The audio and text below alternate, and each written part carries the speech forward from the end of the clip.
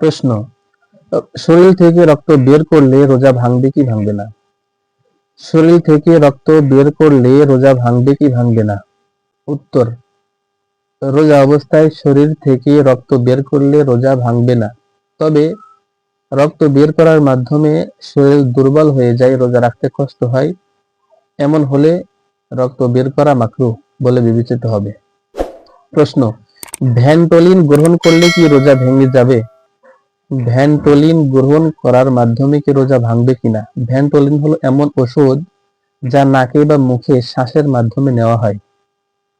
রোজা অবস্থায় ভ্যানটোলিন গ্রহণ করলে রোজা ভেঙে যাবে।